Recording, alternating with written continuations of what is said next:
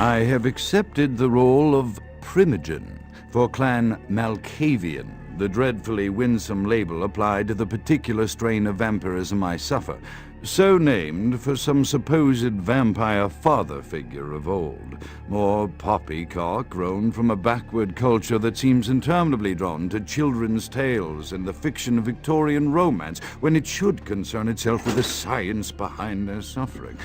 No matter, for I have taken this office for no greater reason than to advance my research. I must make mention, however, that even among my would-be peers in this governing body of vampires, the level of paranoia and superstition is frightening. Their intelligence is not the question, no, indeed. As they courted me for this appointment, I had to suspect that their overtures were hand-tailored to what must be my obvious infatuation with reason, for the devil would do well to have such honey-tongued tempters.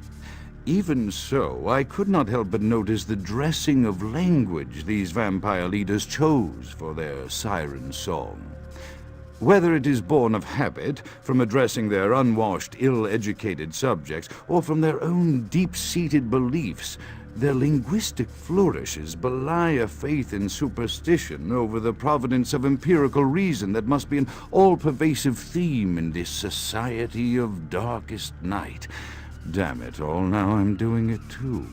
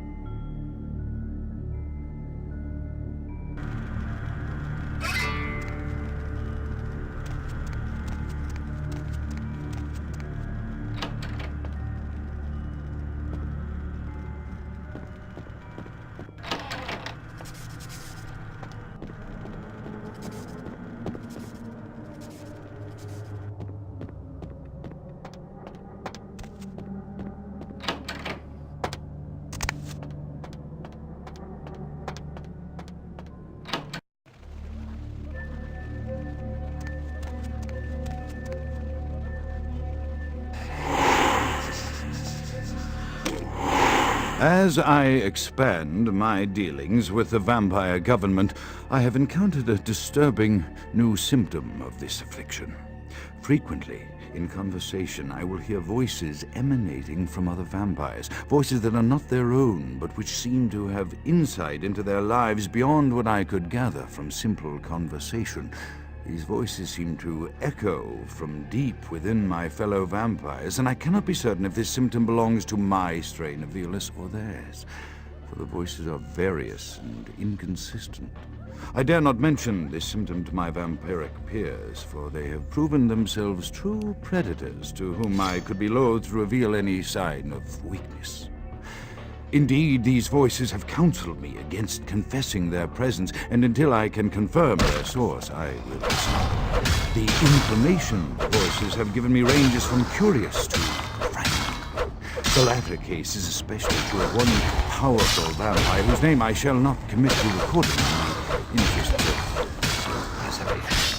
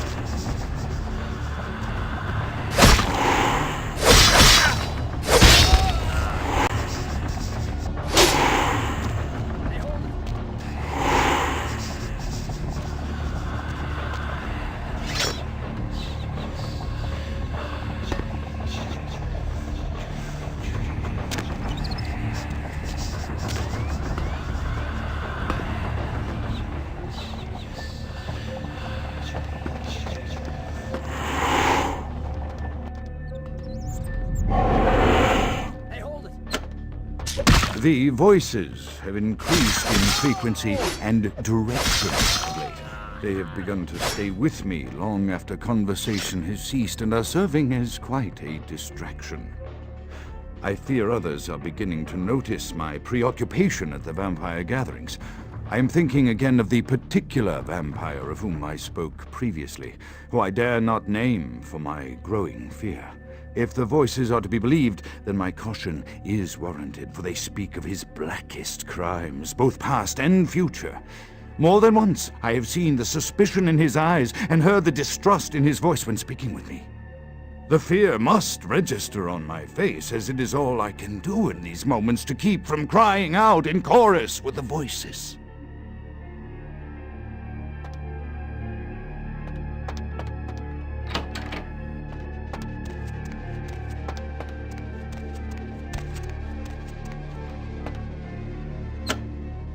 I am no longer safe. I know it. The voices have proven themselves authentic, and I have withdrawn from the Vampire Society entirely.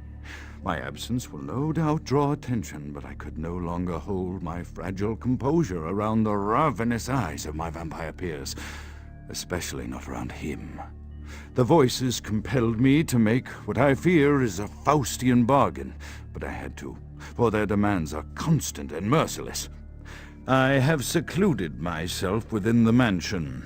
I know he will strike out at me. He will go to any length to achieve his ambitions, and he knows it, I know. I have taken precautions to protect my beloved wife. Her cure will have to wait until our immediate safety is guaranteed. The mansion was constructed with security in mind, but at that time I was not privy to the full range of vampire capabilities. The voices echo in the twisted corridors of my psyche, dark whisperings of a macabre and formless menace, the approach of which portends an end to all of this.